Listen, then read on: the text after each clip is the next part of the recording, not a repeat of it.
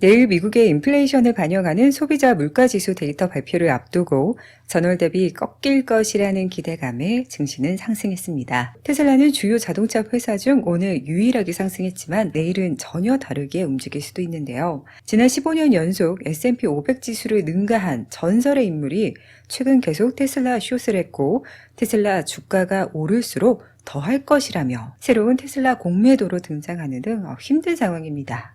이유는 EV 왕자리를 결국 타 업체들에 의해 빼앗길 것이라는 건데요. 아직도 EV 회사로만 보는.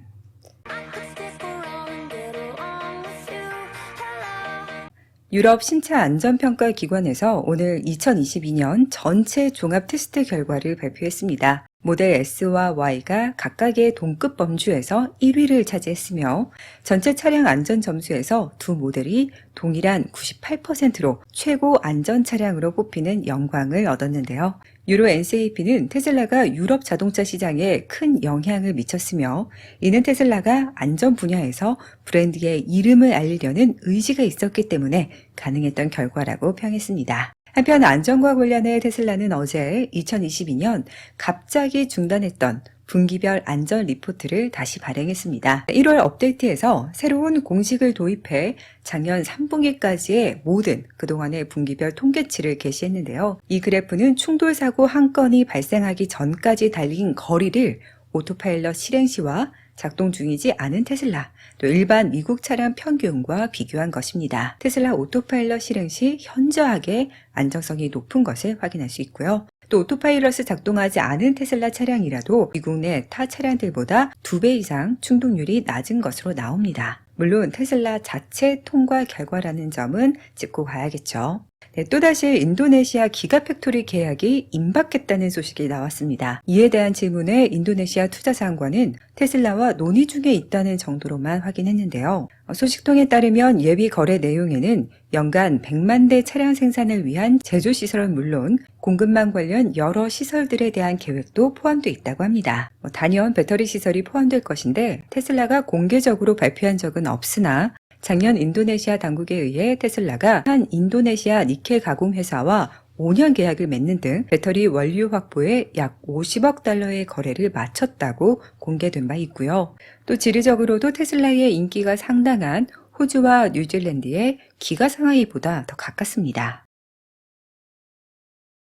또한 중국과의 정치적 이유로 기가 상하이산 차량을 판매하지 못하는 대만 역시 테슬라의 수요가 높기 때문에 인도네시아가 솔직히 배터리 원료나 위치상 기가 코리아보다 훨씬 더 이점이 많아 보입니다. 한편 어제는 기가 텍사스에 7억 달러가 넘는 대규모 시설 확장 계획을 신청한 것이 알려졌는데요.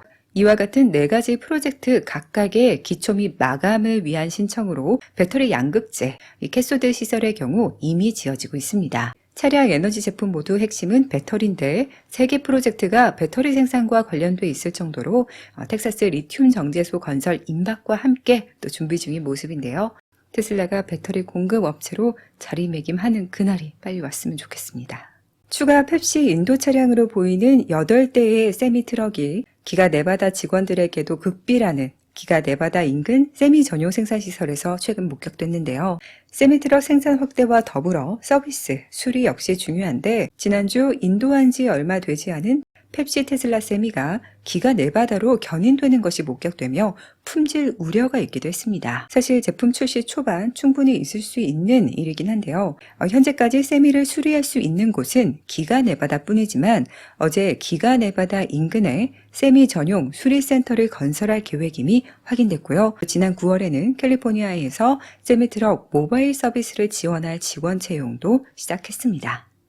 지난주 금요일 시행한 중국의 역대 최대폭 가격 인하 영향이 상당합니다. 인하 발표 이후 단 하루 동안 10,000대 이상 인도를 완료했으며 한 지역 매체는 수많은 매장 방문 및 전화 설문조사를 통해 중국 도심 매장의 주문수가 12월 대비 500% 증가했다고 보도했습니다. 또한 테슬라 쇼룸 직원 말에 따르면 가격 인하 후 고객의 발길이 끊이지 않고 있다는데요. 반대로 샤오펑 등 타 업체의 매장 방문 고객은 현저하게 줄었다고 합니다. 시장 1위인 비아디는 그래도 눈에 띄게 방문자 감소가 보이지 않았지만 BYD 직원에 따르면 주말 동안 많은 예약자들이 테슬라로 바꾸기 위해 주문을 취소했다고 하네요. 이 정도면 비싸서 못 산 거 아닌가요?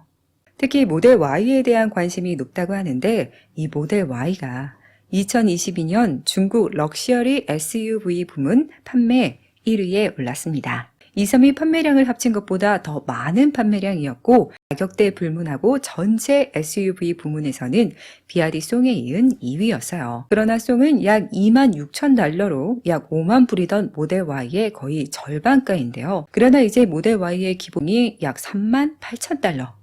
과연 이 순위를 뒤집을 수 있을까요? 한편 가격 인하 전 구매한 중국 소비자들의 분노가 상당한데 테슬라 차이나는 어제 공식적으로 보상하지 않겠다고 밝혔습니다. 앞서 살짝 나왔는데 모델3가 지난해 호주 중형 세단 부문에서 거의 30년간 1위 자리를 고수한 도요타 캠리를 제치고 판매 1위에 올랐는데요. 오늘 미국에서는 테슬라가 25년 동안 고급차 부문 판매 1위 브랜드로 굳건했던 BMW를 제치고 2022년 무려 약 16만 대 격차로 따돌리며 1위에 올랐습니다. 네, 그럼 또 다음 뉴스로 찾아올게요.